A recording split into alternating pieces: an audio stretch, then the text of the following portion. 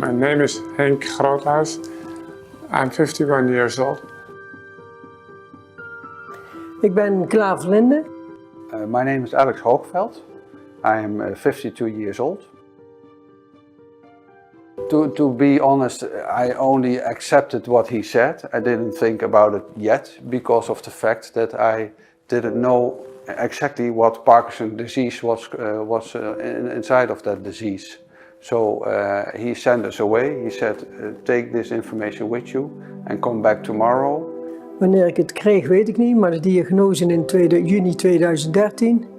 En toen wist ik heel zeker dat de diagnose verkeerd was, want ik had geen Parkinson. Dat hebben andere mensen, maar ik niet. Ik heb nog een jaar geen medicijn of niks gebruikt, maar toen dacht ik, ja, ik denk toch dat ze gelijk hebben. En uiteindelijk klopt het verhaal natuurlijk wel. The audience knew that I have Parkinson's disease. Also my colleagues knew that I have Parkinson's disease. And I start with the presentation in English. And I got a total blackout. I wasn't capable anymore to get the right words. One of the good things is that it gives me more time with my children now. And at this age I enjoy that very much. Dat vind ik ook het meest lastige van Parkinson. Je leeft alleen maar op. Je kunt op je kop gaan staan, je kunt gaan fietsen, je kunt gaan wandelen, je kunt dit, je kunt dat. Maar uiteindelijk lever je elke dag een stukje in. En na 6 jaar denk ik heb heel veel ingeleverd in die 6 jaar. Het eerste jaar dacht ik dat ik het niet had en nu denk ik heb het echt wel. En het is echt niet grappig. Maar ik moet er wel mee dealen, positief blijven. Ook voor mijn omgeving, want anders gaat er iedereen in mee. En als je blijft lachen, dan gaat het langs door. Dus ik doe mijn best. They need to use to treat my disease in the best possible way. Ik moet er echt een klik mee hebben, anders is het heel vervelend. En dan blijf ik het liefst ook weg, want ik wil graag dat ook doen. Niemand kan mij beter maken, waar ik ook heen ga of niet. Ze kunnen het verlichten. They know about Alex Hoogveld as a person. So my personal status, what is the status of my medication, how am I handling my PD, that was for me the most important that they know about, that they see me as a person and not as a patient. It gives you the feeling that you're part of the team that's fighting the disease. And you don't do it only for yourself, you do it also for mankind and for your children and for everything that is still to come. But it's better to be fighting the disease than to be patient and wait till something happens. To help other people, to try to do anything which I can to give the healthcare and the researchers as much information as possible to help them to fight Parkinson's disease. I'm 100% sure that these big studies with all the big data will lead to a better understanding of the disease and where it comes from and where it goes to and how to treat it. But only combined with the knowledge that we get from talking to people. I would like the world and all the doctors and all the participants to achieve the cure of Parkinson's disease. And I know that's quite some goal to reach for, but on the other hand, why not? Mankind has reached so much in the last 20, 30 years, also on medical level, that I wouldn't be surprised if now that all studies are starting to communicate and to work together, I wouldn't be surprised if there's going to be one beautiful day and some breakthrough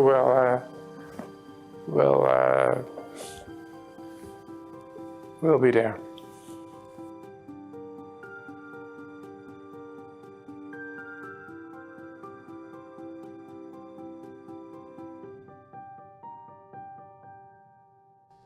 So welcome everyone at this special symposium. I'm very thankful to Roche for putting this together.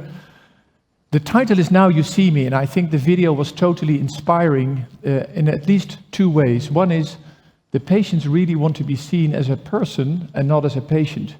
And the question is, how do you capture that precision in our clinical practice and also in clinical trials? And as the last patient was saying, all patients hope that one day we will eradicate this disease from the planet. And the good news is that there are many new drugs and other interventions underway that we think might slow down the progression of the disease, might ultimately maybe stop the progression of the disease. But in these clinical trials, how do we capture what is meaningful to these individuals, and how do we capture what is meaningful to society, so that we know that these drugs are really working, these new compounds? And I think, and this is an important theme for today, is the way we do it now is old-fashioned and not good. My name is Bas Bloem. I'm a professor of neurology, specialized in Parkinson's and movement disorders at Radboud University Medical Center in Nijmegen. I'm your co-host for today. Just a quick bit of housekeeping. Please make sure to switch off your phones and not to make any photos or films of identifiable patients. There are pedals near your seat, red and green pedals. These are not meant to hammer your neighbor on the head when you disagree. This is for voting. It's also not meant for Benfica fans fighting Porto fans. It's really for voting. There are also cards.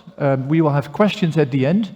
If you think it's too much to maybe go to the microphone and ask questions, you can always write down your questions and hand them to staff, who will then deliver it to me so we can deal with those questions. And obviously, we would be grateful for your feedback at the end of this hour when we are done with this symposium. I'm co-chairing this, and I'll come to that in a minute, with my co-chair, Benjamin Stecker. These are our conflicts of interest, none of which is relevant to what we're discussing here today.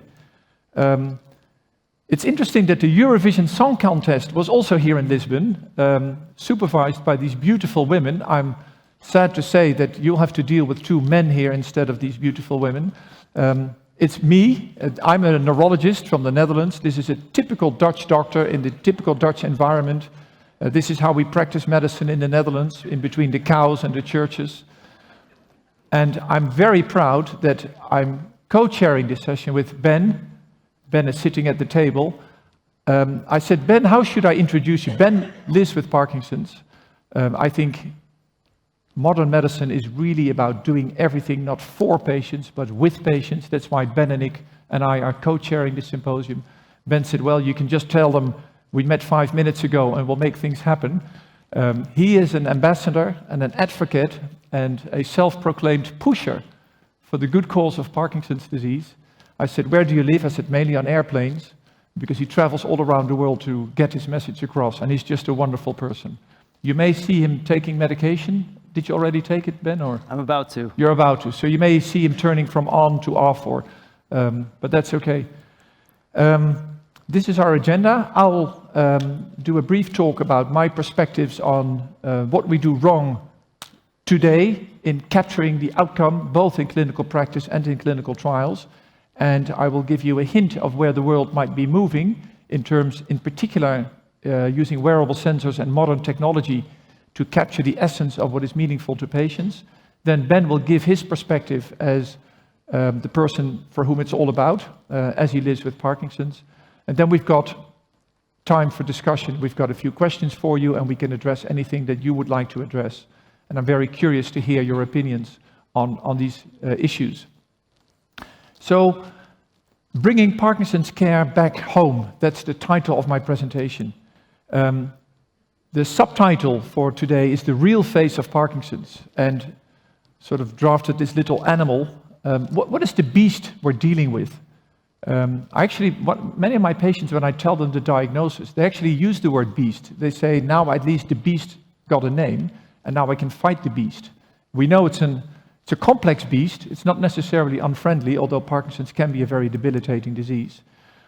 If you ask what is Parkinson's, this is Parkinson's. That's a bit maybe sad for clinical neurologists or other people in clinical practice, but Parkinson's still is defined, definite Parkinson's is a post-mortem diagnosis. That's not to say that we don't do a reasonably good job during life, But even in centers such as Queen Square at the National Hospital for Neurology in London, where I was trained, there's still a 5% misdiagnosis. And depending on the country where you live, I just read a paper that in Colombia, up to 90% of patients go undiagnosed.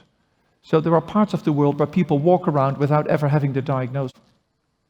So this was well described in 1817 by James Parkinson, who actually observed many of his patients on the street.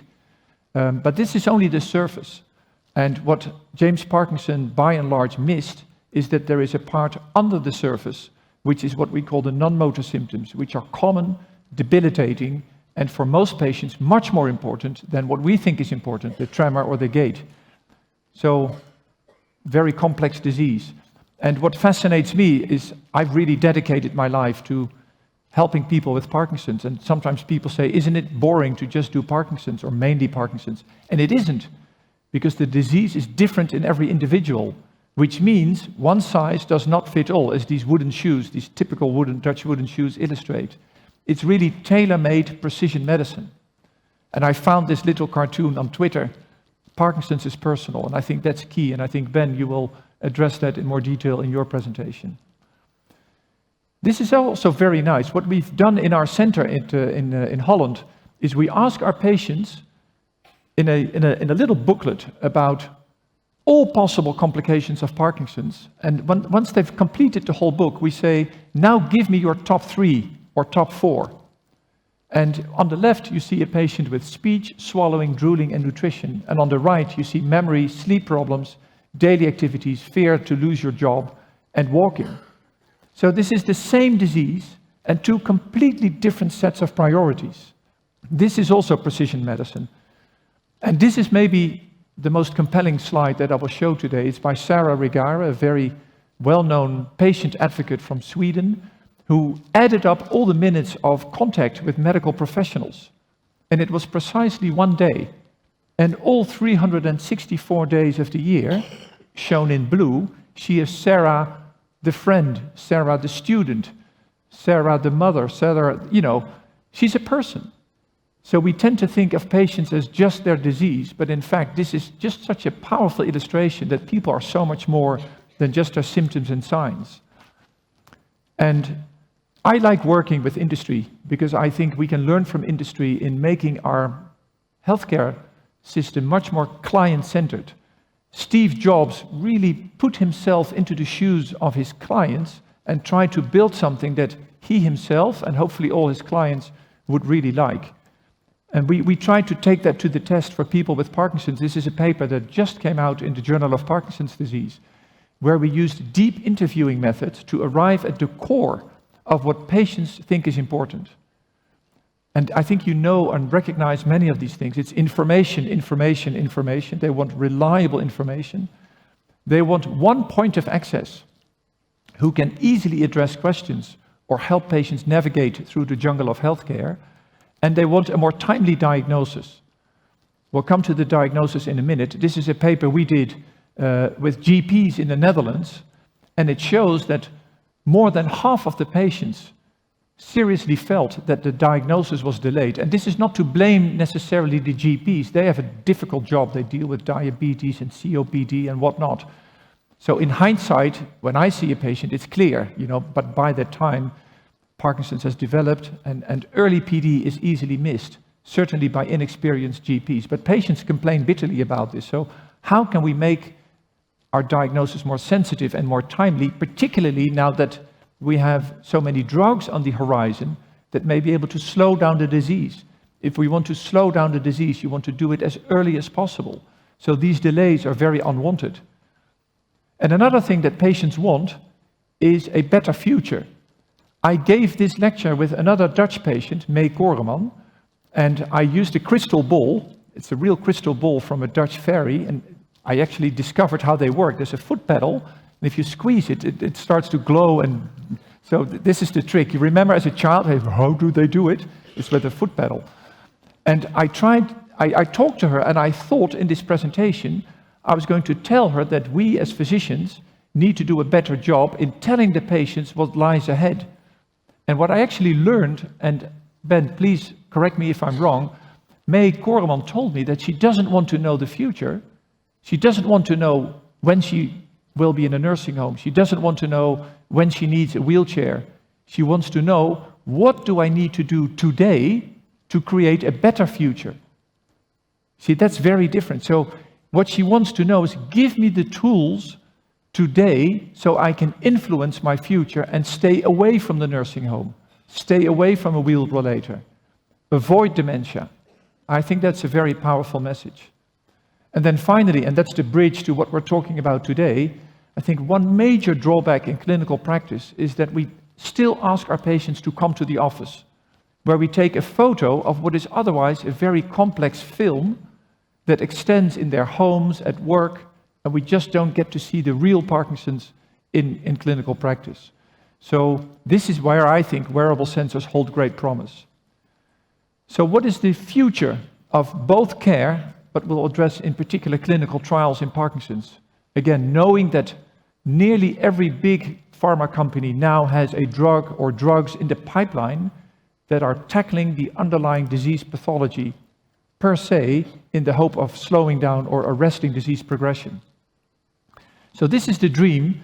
This is the number of dopaminergic neurons on the y-axis and age there. So there's, you know this, there's the age-related decline, which means that once you go below a certain threshold, which we think is between 20 and 30%, everybody would develop Parkinson's at around age 110.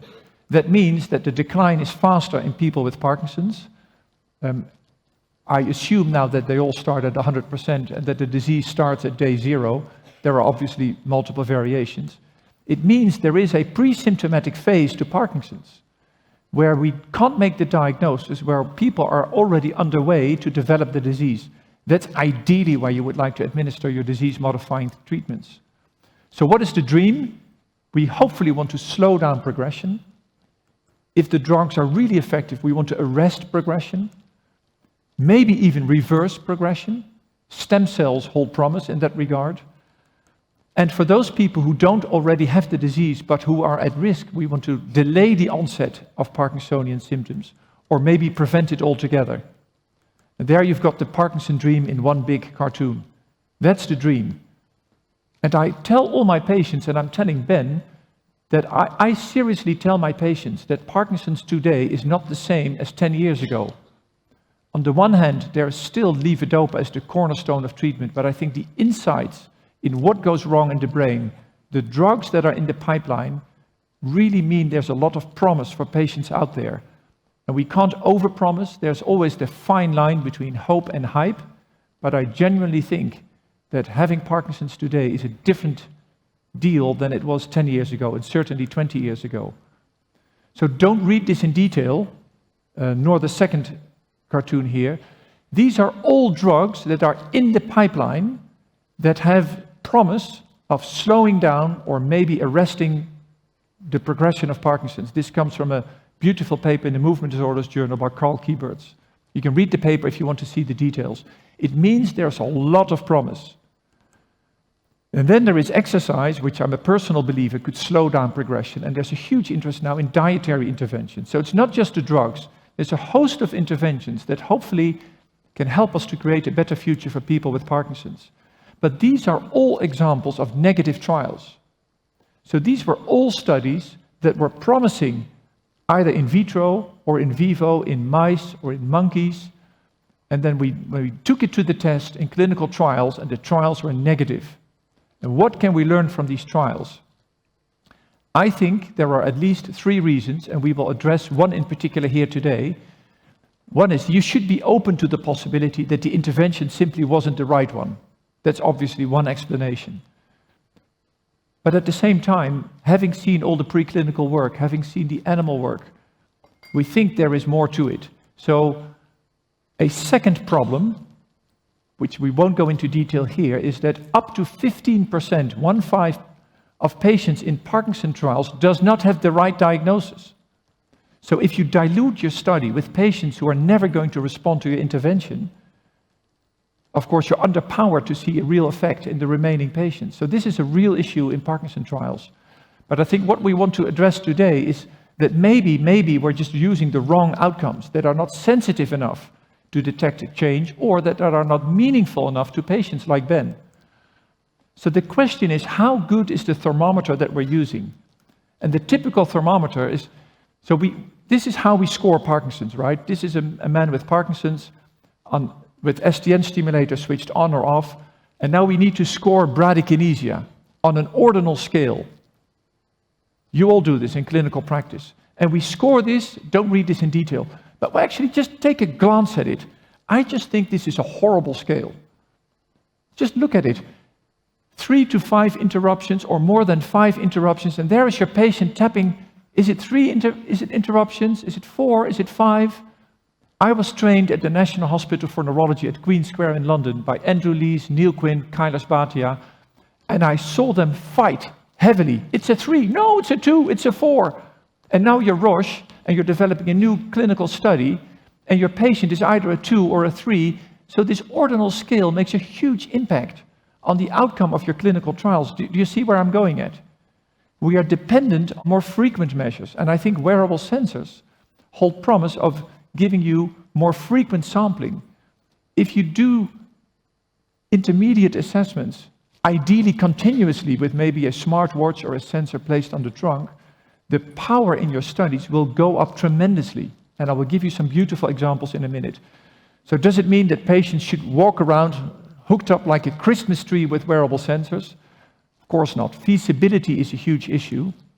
But ideally the dream is that as either a clinician or a scientist, you have a dashboard, just like your car, where if you're low on gas, you can, you know what to do. If you're low on oil, you know what to do. And if this particular light goes off, you need to see the garage. That's the dream, the future for Parkinson's. A big issue, of course, is ecological validity. We can hook up patients like a Christmas tree, but will it affect their natural performance? So ideally, these interventions should be unobtrusive and detect in the background without the patients knowing. So I'm just going to highlight quickly, and then we'll move on to Ben, 2 studies.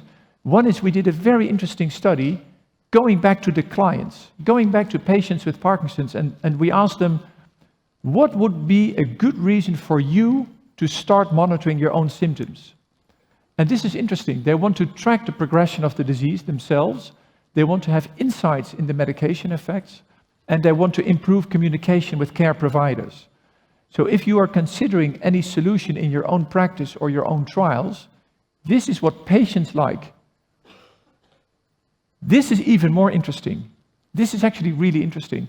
These were 284 patients who said they were not interested to track their symptoms. So interviewing the yay-sayers is interesting, but interviewing the nay-sayers I think is even more interesting. And the reasons people did not want to be followed and track their symptoms over time is their PD was relatively stable, and they didn't want to focus on Parkinson's all the time.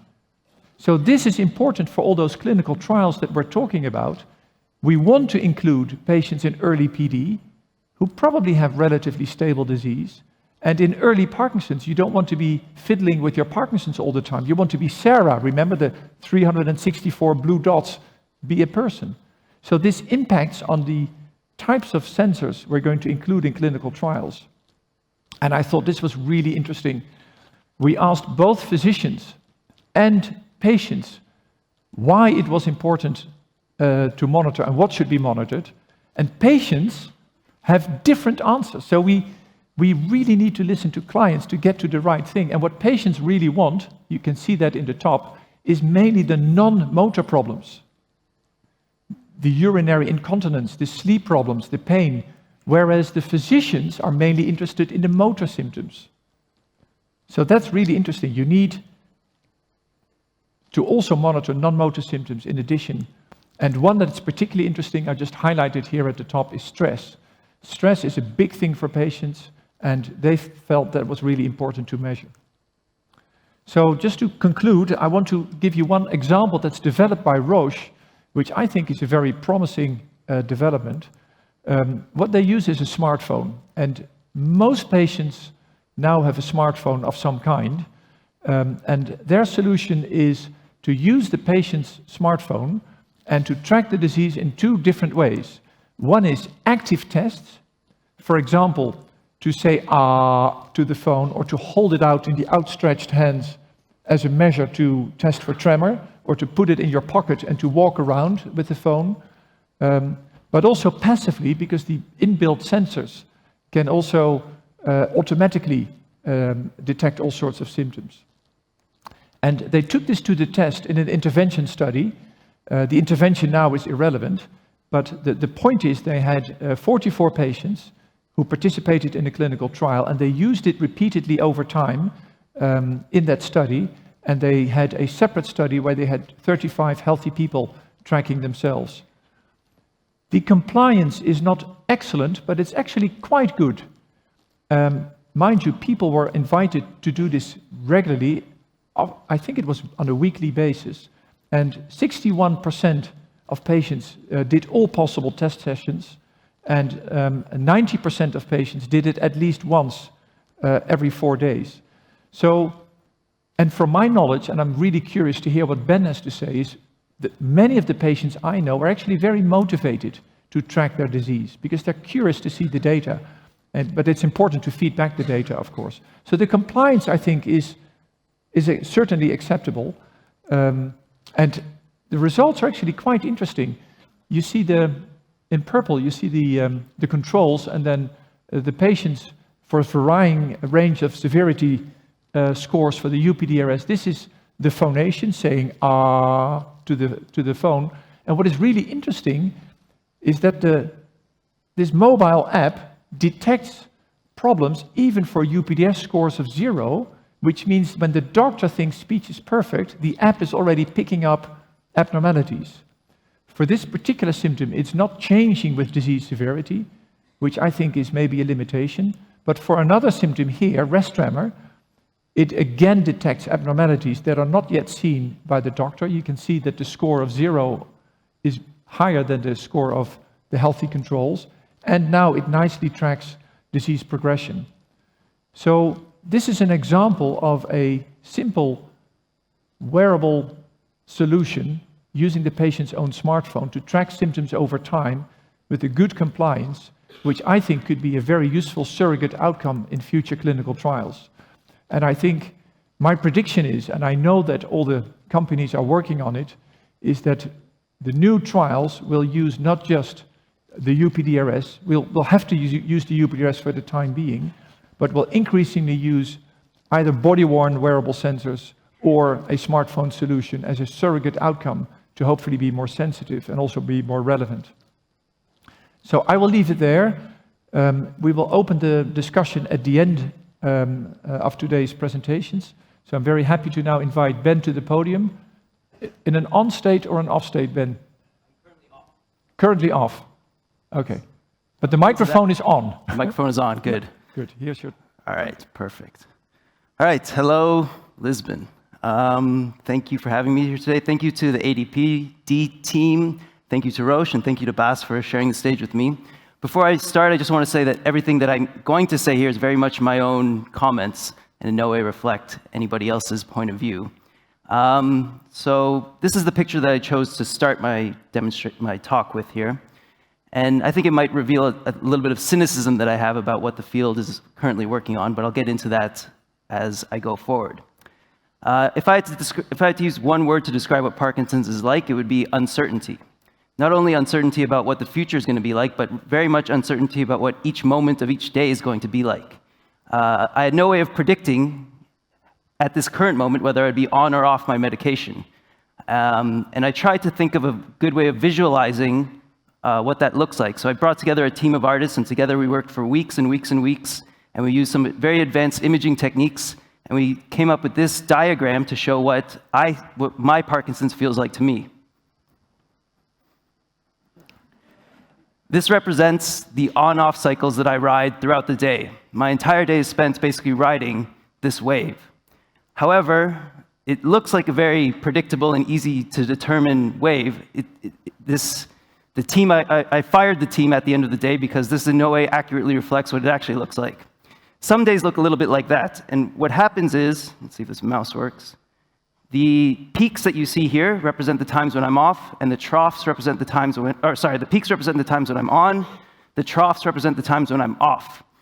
During the peak times, I become a little bit dyskinetic, which I'm hoping you might see because I took my medication about 30 minutes ago, or 25 minutes ago, and it usually takes about that long for it to kick in. But like I said, it's uncertain. I can't accurately predict whether it's actually going to kick in. And during the off times, well, this is how I am when I'm off. I'm a little more tremory, if that's a word, and a little bit more rigid and a little bit more bradykinetic, as they would say. But this is not what every day looks like. Some days look like this, where the peaks and troughs are much more extreme, and I become much more dyskinetic or much more rigid or tremory. And also, each peak and trough looks a little bit different as well. Some look like this, and they usually span about 2 hours. So I turn on pretty rapidly. It happens almost all at once, and I have this kind of strange euphoria that comes over me as well, as the whole brain is flooding with levodopa, and all sorts of reward signals are being spurred in the brain. But then it gradually starts to turn off a little bit, and then once it gets to about here, actually, is where I feel at my best. So in that transition from on to off, that's when I feel almost somewhat normal, as it would be said. However, not every on-off cycle looks like this. Some on-off cycles look more like this, actually, where I have a very hard time turning on. And the amount of factors that go into determining what these on-off cycles actually look like are too much for my puny human brain to compute. Everything from stress levels to sleep levels to the food that I ate to the anxiety that I experience to a wide variety of other things go into determining what these peaks and troughs are actually going to look like.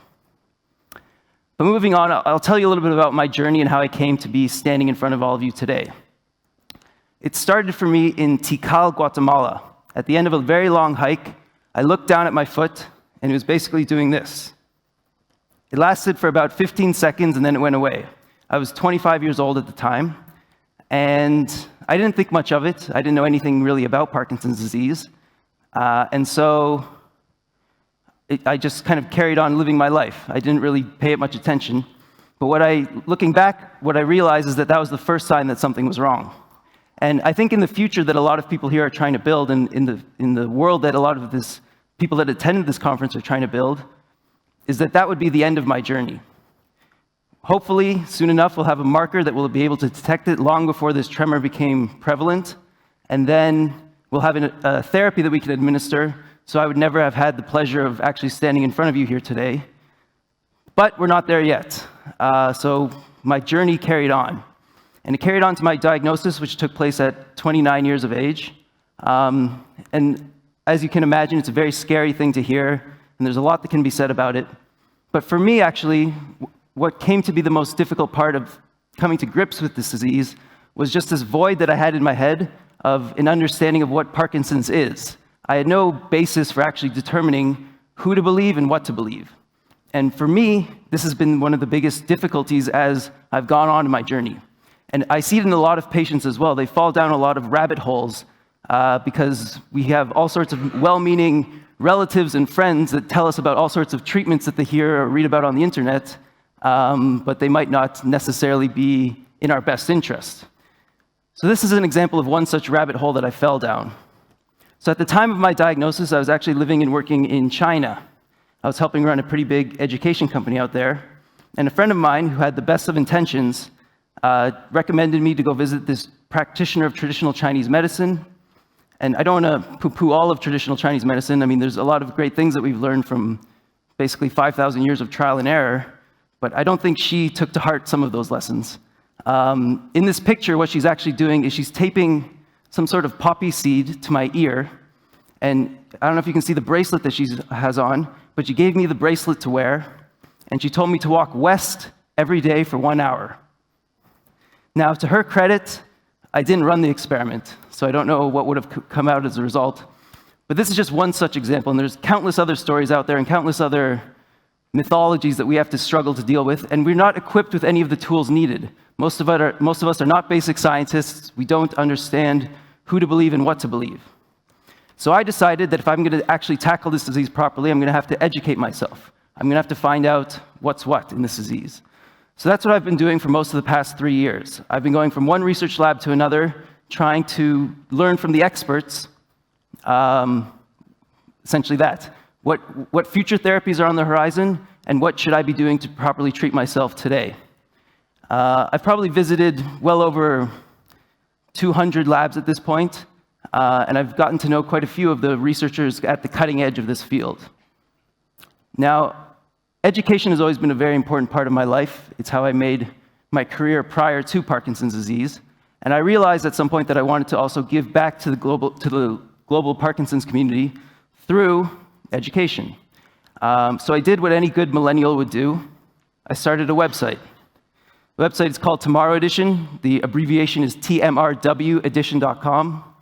And on that website, I've been interviewing a lot of people who are at the forefront of this disease and trying to distill some of the most important lessons that I've learned along the way to help others better navigate this complicated space. And here are just some of the faces and some of the faces that have helped me the most along the way. These have really been my teachers. These are the people that have helped me navigate this complicated world. Some of them are here in the audience today, and I'm very grateful to all of the lessons that I've learned from each one of these individuals. However, I've also learned some very hard truths. Simply put, sometimes ignorance is bliss. I've learned a lot of things that I wish I didn't know, and probably the overarching theme behind a lot of them is that the pace at which science is developing is slower than the rate at which the neurons in my brain are dying. Now, why is this? Well, part of the reason is because it's a very, very complicated problem to try to solve. But I've also learned along the way that part of the reasons is because of some of the systemic problems that we have in science and society. And I'm going to try and illustrate some of those problems that I think are some of the most relevant, some of the most worthy of addressing. One of them is that we continue to think of this disease as if it's one mono disease. And this was a slide provided to me by Alberto Espe, and I think it just does a very good job of depicting all the variability that we have in this disease. So we have all of these different kind of subclasses of this disease that all meet the clinical definition of what Parkinson's is. But really, from my vantage point anyway, and from all the patients that I've come to know, it's really a spectrum of disorder. I've also learned that science is not exactly what I thought it was. I think I had a bit of a naive conception of what science is, an almost idealized version of what science should be as well. And I looked around for a good depiction of what this actually is, and I found this comic that I think actually explains it much better than I could. And as you're reading it, I'll give you a chance to go over it a bit. But I've just learned along the way, time and time again, unfortunately, that some of the motivating factors that drive society forward and that drive science forward are not necessarily in line with the needs of society and the needs of patients.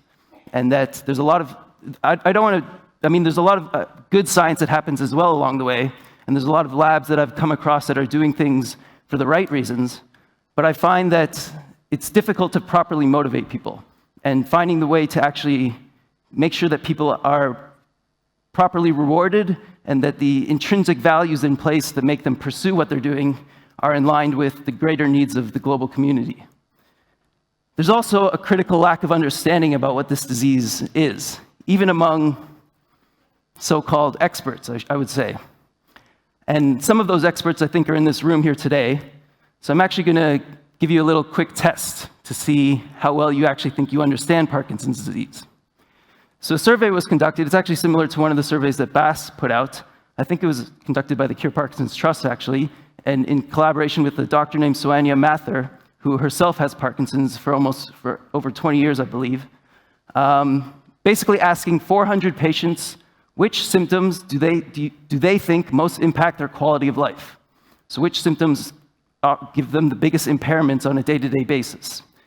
And I'll give you a quick moment, just to think for yourselves, if you were to list your top 3, which symptoms do you think are the most impairing to quality of life for people with Parkinson's? Here are the answers from those 400 patients. So at the top of the list are neuropsychiatric disorders. This includes things like anxiety and depression and a variety of other things. What I found to be the most striking from this list is that the classical symptoms that we associate with Parkinson's, don't come in until about the 6th one down: bradykinesia, rigidity, and tremor. And what's kind of scary to me is that all of our models of this disease start at about here, and they basically just try to encapsulate these 2 or 3 things, and they don't do a very good job of encapsulating what the broader picture of Parkinson's really is. And if there's any good argument for scrapping some of our animal models, I think this is it. But I won't belabor that point too much. Another critical problem that I see is that everything that we know about this disease, or everything we kind of claim to know about this disease, comes from studies in populations of individuals. However, and these population studies spit out these statistical averages that supposedly correlate with what the average patient experiences. But the average patient is a statistical construct. There is no person that fits the criteria of what the statistical means tell us that Parkinson's is. So how do we solve this problem? Well, I don't have all the answers, unfortunately, but I think I have a few suggestions that I wish more people would adopt, and which I'll tell you about in a moment. One is to do away with some of our old models of how we develop new clinical criteria, how we develop diagnostics, and how we develop new therapies. The old model is basically the scientists talking to the doctors, and the doctors talking to the scientists, and once all the important decisions get made, then maybe sometimes the patients get looped into the decision-making process. What I would love to see is patients included in that first circle, so they are part of the decision-making process from the very beginning. And I think to achieve that, something that might be a burden for some, but I think is fundamentally very necessary, is every company, every lab, every biotech firm in the world should have patients on staff that they report to help them guide them in their decision-making. Another part that's fundamental to what I believe in is we need to do a better job of educating ourselves. We need to do a better job of educating patients so they can actively participate in these processes that I've been talking about. Most patients, like I said, don't have the skills and the knowledge needed to actually participate in the development of new therapies or the development of new trials. But if we do a better job of educating them, we might actually get there. But it's not just the patients that need educating, it's the scientists as well. I can't tell you how many biotech companies and how many labs I've been in where I was the first patient to ever walk through their doors. This is something that I think needs to be remedied as soon as possible, so we do a much better job of making sure that both patients and scientists have a better understanding of how we move forward. And the last thing I want to point out is that we need to do a better job of embracing complexity. And I'm going to tell one quick little sort of anecdote to encapsulate this. But just so we're aware, this picture was drawn by Greg Dunn, and his name was just cut out at the bottom there, but I just want to make sure that he got credit for these beautiful images of the brain. So I was a philosophy major in university, and there's a couple famous dictums that I learned from philosophy that I think apply very directly to what we're trying to do here. One comes from the ancient Greeks. Plato and Socrates, they built these gymnasiums, and on the top of the doorways, there was a motto that was embedded into them that basically said, "Let no one enter who is ignorant of mathematics." Now, don't worry, I'm not advocating that we all go back and study mathematics, but there is something else that I think should be emboldened on the door of every lab in the world. And it comes from another philosophical dictum from a guy named William of Ockham. William of Ockham was a Franciscan friar living in the 13th and 14th century. You might have heard of something called Occam's razor. Now, I'm not advocating for Occam's razor. What I'm advocating for is the exact opposite of what he said. He said the simplest solution is often the best solution. I think we need to embrace the exact opposite of that. Whenever there's a problem, whenever you're struggling with a decision, assume that the answer is more complex than you anticipate. If I could put any sign in every lab around the world, it would be that exactly. To try to embrace as much complexity by assuming that whatever solution you've come across, the real answer is actually more complex than you think. So with that, I'll say thank you and hand this back over to Bas. But one last thing I just want to point out is that this is a very much an abridged talk of a much, much longer talk that I've been giving at various academic centers around the world. Some of them stretch for as long as 4 hours. And I'd love the opportunity to spread this the messages in them to as many people as possible. So if you want to hear more of it, feel free to contact me through any of these channels. Thank you.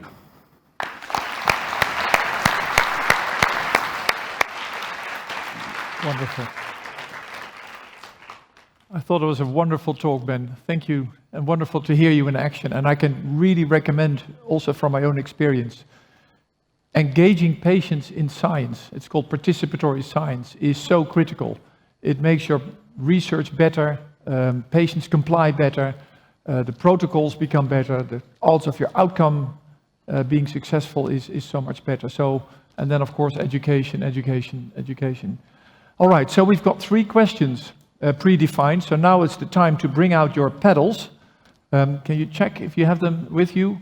And what we're going to do is sort of, well, semi-automatically scan the proportion of red and green in the audience, and you will see the podium change the color, so we can see what the overall consensus is, and then we open it up for debate. So this is one that I'm actually very curious about to hear what you think, is whether in 5 years' time, actually Ben, why don't you come up here on the podium with me and we'll handle it together. So whether in 5 years' time a digital biomarker will be an essential outcome in clinical trials 5 years from now, or whether 5 years from now it's maybe interesting, maybe it's used, but it's not important. We will still stick to our well-known clinical scales as we're using today. So can I see some votes, please? It's actually turning into the Eurosong Festival, huh? It is. And just to give a quick insight into those clinical scales that we currently use, I think Michael J. Fox actually put it very well when he said the scales that we currently use are basically an elaborate drunk test. Yeah. We need to find something better at some point, but whether or not these digital biomarkers will be it sounds like the audience agrees it might be. Yeah.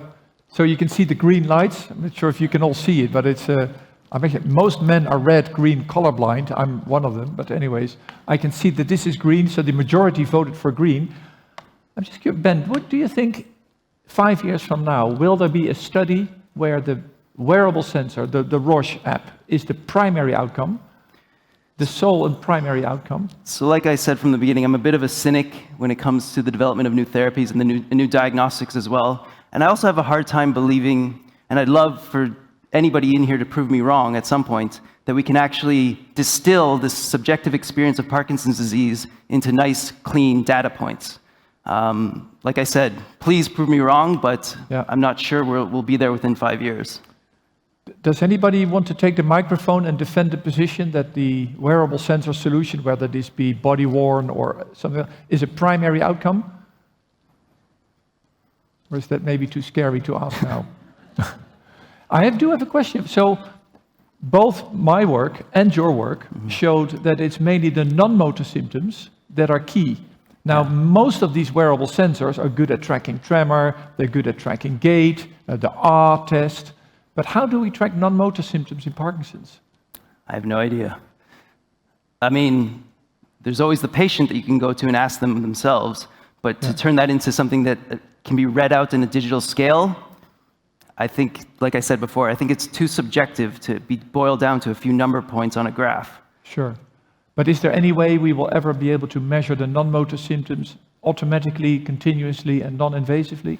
Ever is a big word. Yeah, that's true. Yeah.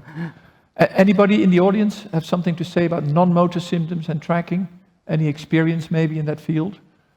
I can tell you we're working with the Verily Life Sciences. Verily is the sister company of Google, and they have a smartwatch that actually measures skin impedance and heart rate variability.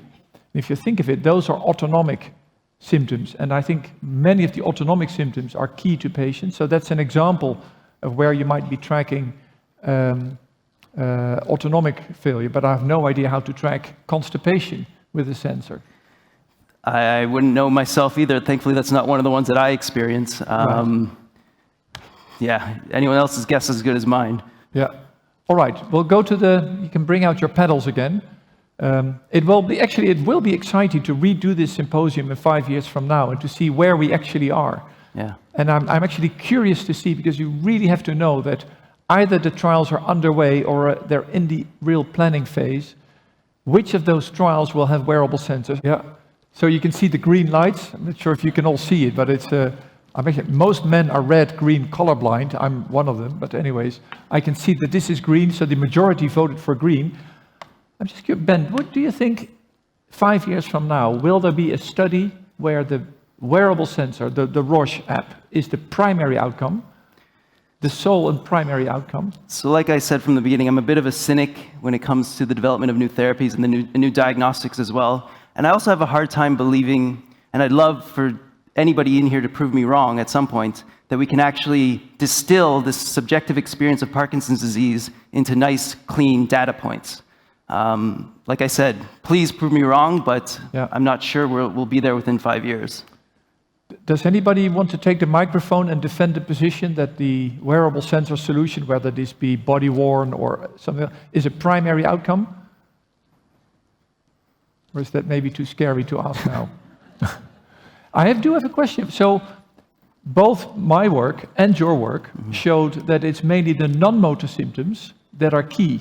Now, most of these wearable sensors are good at tracking tremor, they're good at tracking gait, the R test, but how do we track non-motor symptoms in Parkinson's? I have no idea. I mean, there's always the patient that you can go to and ask them themselves, but to turn that into something that can be read out in a digital scale, I think, like I said before, I think it's too subjective to be boiled down to a few number points on a graph. Sure. But is there any way we will ever be able to measure the non-motor symptoms automatically, continuously, and non-invasively? Ever is a big word. Yeah, that's true. Yeah. Anybody in the audience have something to say about non-motor symptoms and tracking? Any experience maybe in that field? I can tell you we're working with the Wearable Life Sciences. Wearable is the sister company of Google, and they have a smartwatch that actually measures skin impedance and heart rate variability.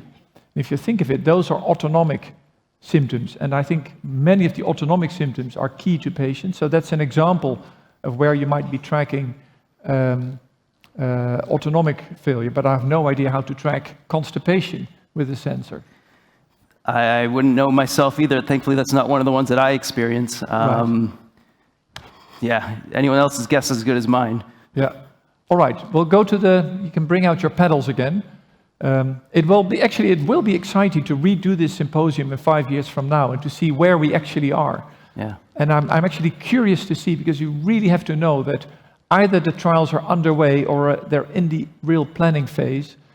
Which of those trials will have wearable sensors? I predict all of them, but where they are in the ranking, is it an exploratory outcome? Is it a co-primary? Is it a secondary outcome?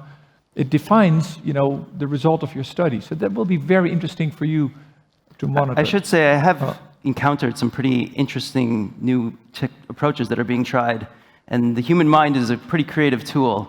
And if we can really exercise some of that creativity to its fullest extent and really break down some of the barriers that make it hard to implement some of these things, I think we might actually get there. Yeah.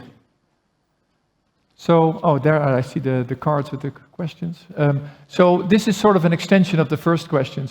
But now you have to really tell us, yes, you said it will be involved in clinical trials. Now the question is, what do you think 5 years from now, is it or ever going to be a primary outcome? Will it completely replace the UPDRS and other scales? Can I see your votes? It's more mixed now, it seems, from here. What are the results? Blue. Oh. That's certainly we have a tie. Yeah, red it's wins. more red. Yeah. Yeah. So I think that the general feeling is that most people will use it as an exploratory or additional outcome, but maybe not as the primary outcome. It's not a question on the sheet, but I think most of you will see patients, right? You're clinicians. Who thinks that 5 years from now, a wearable sensor will influence your clinical practice? Can I also see your votes for that?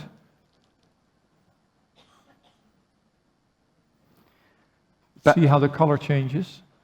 I see a lot of green. Do you see what I see? I see quite a bit of green as well. Yeah. Bas, do you have much hope for biomarkers maybe impeding all of this and maybe doing away with all digital technologies? We just have a simple readout. Yeah. I mean, going back to Sarah Reguer, she has a great quote where she says she has diabetes envy. I'm sure you can guess what that means, but if we had a prick of a blood that we could actually detect this on, it might do away with all of these digital technologies. Yeah. Where do you think we are in the development of a biomarker? Well, I think one of the really exciting areas is, so one key problem in clinical trials is that many people in these clinical trials don't end up having Parkinson's disease. So to have a diagnostic, what we're talking about now is outcome, biomarkers for outcome, but there's also an issue of diagnostic biomarkers. So does the person have the disease? And there's a lively debate. I'm actually part of an MDS task force for the definition of Parkinson's. And I can tell you there's now a lively debate on email between the members of the task force whether or not we should use sampling of the skin, the submandibular gland, maybe the colon, to test for alpha-synuclein. So maybe that's an interesting question, Ben. Would you have your colon biopsy to see if you've got Parkinson's?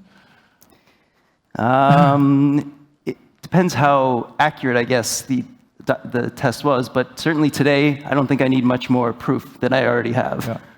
Right. Yeah. You can see it, right. So can I see votes? Who thinks that a biopsy to test for the pathological alpha-synuclein aggregates will define clinical trials, maybe in 5 years from now, or maybe even your clinical diagnosis? You just take a skin biopsy, oh, you've got Parkinson's. Can I see the votes, please? Yeah, I think, let's see how the color changes. I think the majority is greenish, or is it? Red. Oh, reddish. Oh, see, I'm colorblind. So I can tell you from this email debate that the Michael J. Fox Foundation did a really cool study where they took, I think, 20 patients and they biopsied them from all different body parts. I think it's unbelievable. Ethical committees actually consented to this, but they literally biopsied people from the skin, the colon, the salivary glands, and elsewhere. And as it turns out, it really differs from body position to body position. It differs from patient to patient. And there's all the issues of differences between labs. So I think the consensus is it's promising, it's exciting. A positive test helps you in defining that you've got a synucleopathy. A negative result, you have no idea what to do. So it sounds to me like the answer is more complex than we thought it would be. This is Kay, and this is the man who made things happen. All right. This is a question by Nishant Vaikat. I hope I say that correct. Does Wearable app is completely dependent. How do you make sure they are used in the right way? Right. So how do you make sure a wearable app is used in the right way? Yeah. Do you want to go first? Well, I don't know. I look at my smartphone, and I guess if it was just something passive sitting in my pocket that I didn't actually have to interact with, I think it might be a better tool than if it was something that I had to go into, log into some platform, and then do God knows what. If it was a passive monitoring system, it might be more accessible and more applicable. Yeah. I think, so one reason, we're doing this study with the Wearable smartwatch. Our compliance is using it 22 hours per day for over a year. So compliance is brilliant. And you know why? Because it looks like a watch. It doesn't look like a fancy study tool. It looks like a decent watch. So I think feasibility and acceptance for patients is key. And I think the more we can do passively, the better it is. Although the Roche app, with its active monitoring, I think is key also to get the non-motor symptoms. So, and the compliance with the Roche app was really good. So I think the ideal future is continuous, unobtrusive, passive monitoring and intermittent self-monitoring by patients, where maybe the more severe patients do it more frequently and the less severe patients do it more infrequently. Mm-hmm. So hope that's a part of your answer right there. I'm just looking at the clock. Are we still okay to do one more question? Yeah? I think we're taking questions from the audience. Good. The voice test. So application voice test. What if the patient wants to change the smartphone? Does it impact on data results? So yeah, that's a good question. So, for example, in the Netherlands, 60% of patients has a usable smartphone, and then some of them have iPhones, other ones have Android phones, and now you switch from one device to the other. I know that the Roche solution is available for Android, but soon also for iPhone, so hopefully that should not matter.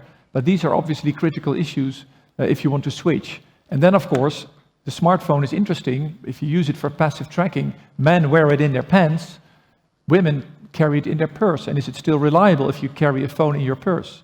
So there's still a lot of challenges to be solved there.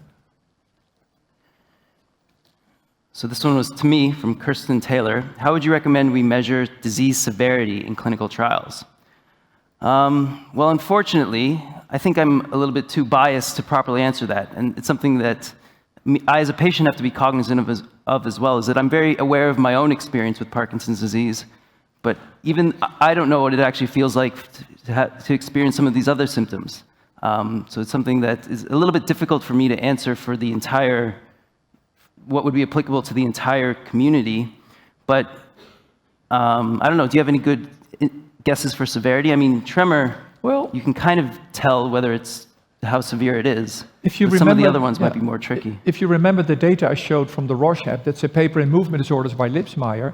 The Roche app actually nicely correlates with disease severity, at least for tremor and a number of other symptoms, not for all of them, but I think we are beginning to learn about disease severity. I'm very interested, for example, in physical activity as an outcome, just step counts. Probably that's a very rough proxy for disease severity. I've seen very compelling data from Australia where they used the smartphone and just GPS and plotted it on the map. And Honinjar 1, where people were out and about, at a huge area where they traveled, they call it social distance. And then Honinjar 2, Honinjar 3, Honinjar 4, and Honinjar 5 was a dot on the map. That was the bed in the nursing home. So those are measures for severity that I think are going to be used increasingly in clinical trials. I think we are close to that, actually. If I can make one more comment about the application of wearables to clinical trials, I think there's one fundamental issue that could make them much more feasible, and that's who the end user is. A lot of them are designed with the clinician in mind and what would help inform the clinical decisions from the clinician's point of view. But patients, every single moment of the day, basically, we're running a constant experiment. We're changing the amount of water we drink, we're changing the amount of food we eat, we're changing the amount of sleep we get. I would love if an app were designed to help me measure all of those things so I could make better, more informed decisions about when to take my medication, what kind of foods to eat.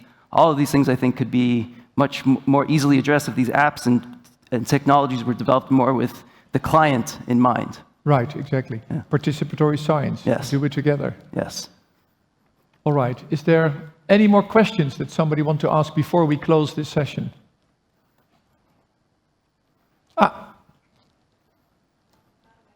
Sorry? Yeah.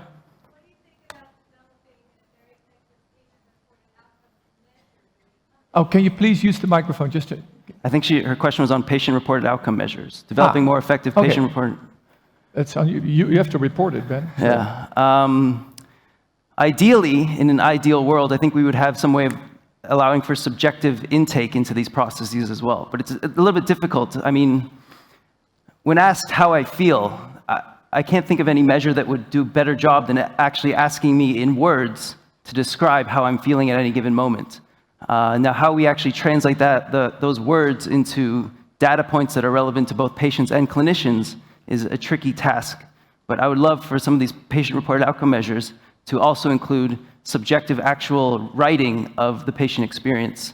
Although, well, not every patient is able to, for some patients it's easier to describe what they're feeling than others.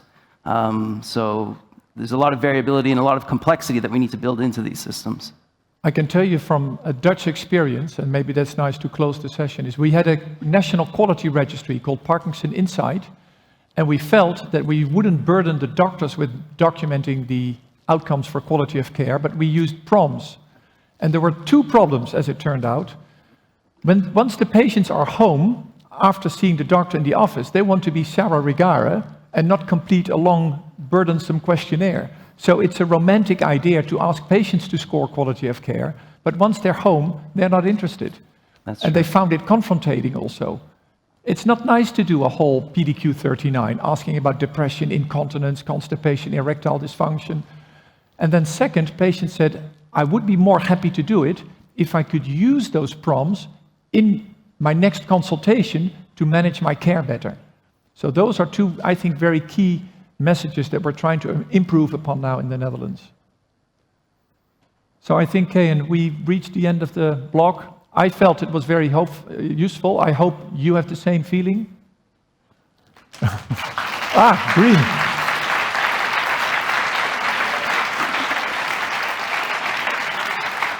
And a special thanks to Ben to step out here with Parkinson's and being such a great advocate, ambassador, and a pusher. You deserve the real applause.